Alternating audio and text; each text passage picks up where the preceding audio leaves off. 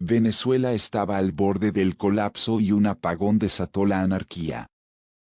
Durante días y noches, multitudes de personas saquearon 523 tiendas en Maracaibo mientras los residentes resguardaban sus entradas con armas en mano para protegerse de los saqueadores. La ciudad ya estaba cerca del colapso mucho antes de que se fuera la luz. Pero después llegó el apagón y la anarquía. Durante días y noches, multitudes de personas saquearon 523 tiendas en Maracaibo mientras los residentes resguardaban sus entradas con armas en mano para protegerse de los saqueadores. Había cadáveres en descomposición en la morgue. Decenas murieron en hospitales. Y los pocos alimentos que quedaban en los refrigeradores se pudrieron mientras el hambre campeaba en la nación. Manejé hasta Maracaibo con Meredith Cout, una fotógrafa de The New York Times, para atestiguar el caos que produjo un apagón devastador. Probablemente el más largo en un país que ya estaba muy afectado por la crisis económica y la escasez de alimentos, medicamentos y agua. A lo largo del camino, el humo se elevaba por la carretera mientras los propietarios de los negocios quemaban la basura que dejaban atrás los saqueadores.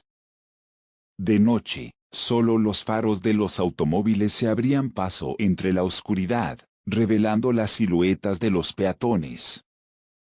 Todo el país estuvo hundido en la oscuridad durante 6 días continuos. Sin embargo, aquí en Maracaibo, una cálida ciudad costera, la pesadilla continuó durante más de una semana. La gente desesperada buscaba comida en las tiendas saqueadas o cerradas.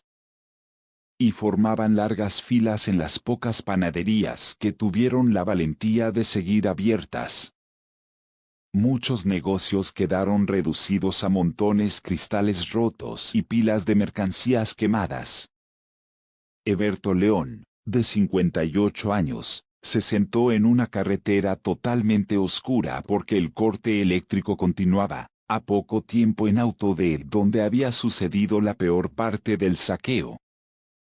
Su silueta, apenas visible de noche, mostraba los tumores debajo de su quijada que fueron provocados por el cáncer que lo estaba matando.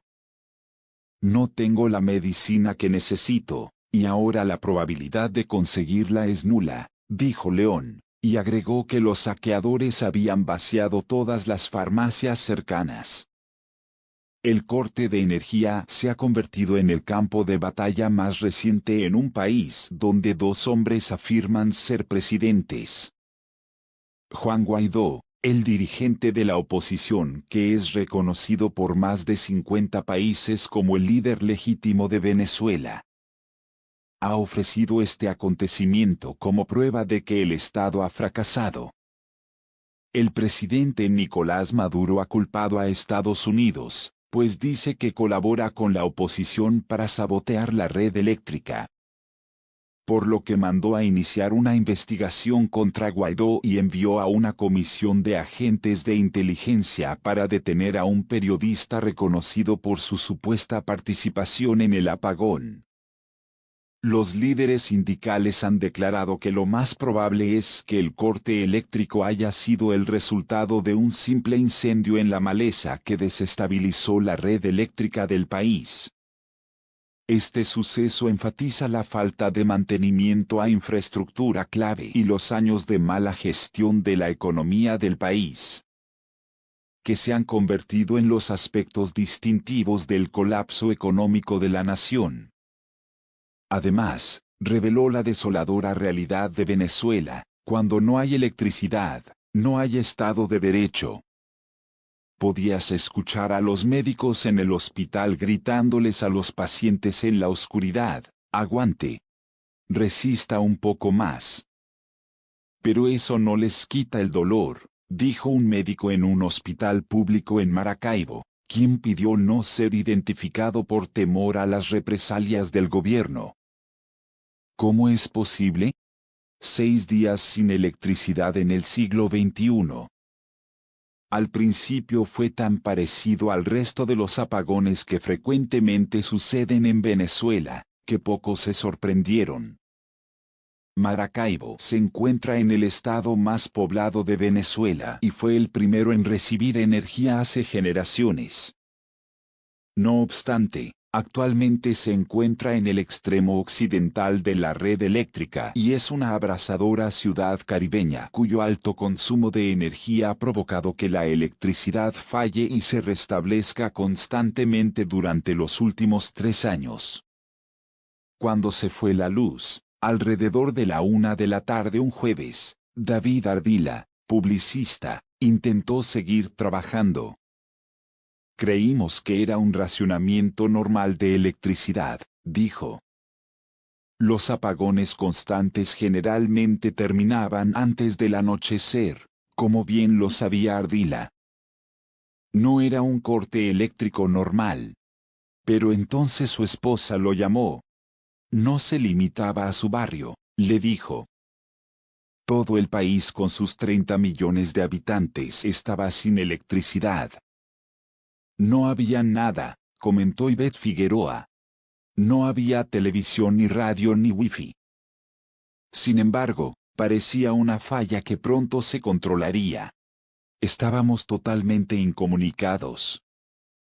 Cuando las baterías de los celulares comenzaron a agotarse el viernes, un vecino encendió un generador y permitió que los demás residentes cargaran sus dispositivos. Pero la comida, cuyo suministro siempre es escaso en Venezuela, se estaba volviendo una preocupación en el vecindario. El sábado, muchos comenzaron a darse cuenta de que cualquier carne que tuvieran en los refrigeradores pronto comenzaría a pudrirse.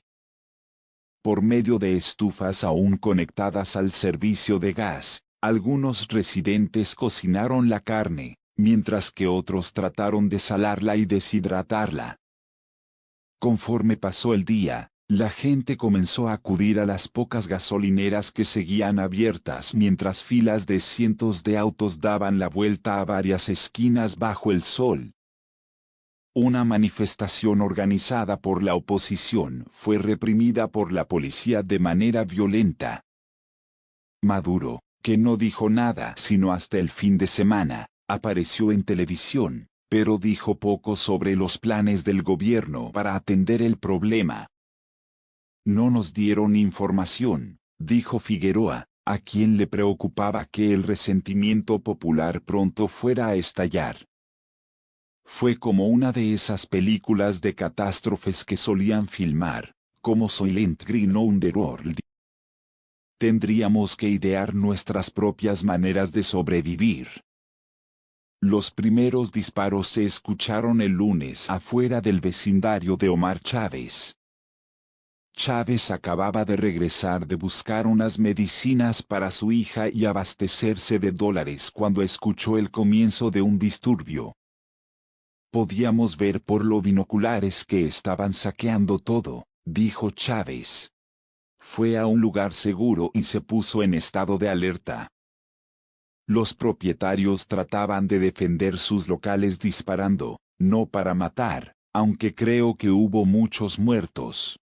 Nadie estaba controlando a la gente. Un grupo de más de 1000 personas había bajado a La Curva, un distrito comercial de Maracaibo, para romper vitrinas y robar las mercancías, de acuerdo con los comerciantes. La Guardia Nacional de Venezuela, plagada por meses de deserciones, no apareció por ningún lado. En medio del apagón no había autoridad, comentó Miguel Sierra, quien estaba vendiendo detergente para ropa cuando llegaron los saqueadores. Mientras caía la noche, la multitud comenzó a incendiar las tiendas.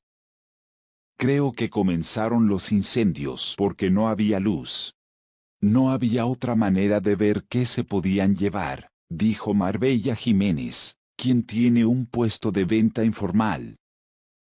Mientras continuaban los disturbios, los hospitales se preparaban para recibir a los lesionados, que pronto llegaron con heridas de bala o lesiones causadas por los cristales rotos. Pero los hospitales, que apenas tenían jabón debido a la escasez, ahora tampoco tenían electricidad. Un funcionario médico de alto nivel, que habló bajo la condición de mantener su anonimato por miedo a las represalias, dijo que 47 personas murieron en el principal centro médico de Maracaibo. Por lo menos la mitad puede adjudicarse a la crisis, dijo el funcionario, quien citó a pacientes que murieron de insuficiencia cardíaca o complicaciones relacionadas con la diabetes. Los funcionarios médicos también mencionaron que varios jóvenes que llegaron con heridas de bala tuvieron que someterse a amputaciones en vez de recibir tratamientos menos brutales que podían complicarse si continuaba el apagón. Era como entrar a la guarida de un león. Era una cueva oscura, dijo el médico sobre el hospital. Rechazó revelar su nombre por miedo al gobierno. Lo peor era el olor, era un aroma fétido y sangriento, y el calor hizo que la atmósfera resultara densa y horrible. En un hospital que solo tenía la electricidad de un generador para mantener en servicio la sala de emergencias. Un grupo armado entró sin ser visto y asaltó a los pacientes que se encontraban en 2 pisos, de acuerdo con los médicos. En otro centro médico el ala de maternidad no tenía ventanas, y las mujeres embarazadas tuvieron que ser reubicadas a una plaza exterior, dijeron los médicos. Esta semana, Maduro afirmó que su gobierno había determinado la causa del corte eléctrico, un ciberataque electromagnético organizado por el gobierno estadounidense desde Houston y Chicago. La explicación no convenció a Figueroa ni a muchos otros durante el 8º día sin luz en su vecindario. Hasta que un repentino milagro llamó su atención: la electricidad, por fin, había regresado. Un grito de entusiasmo se escuchó mientras los faroles de las calles iluminaban los rostros de los vecinos que estaban sentados en un jardín oscuro. Pero nadie sabía cuánto duraría la electricidad ni cuándo se iría de nuevo.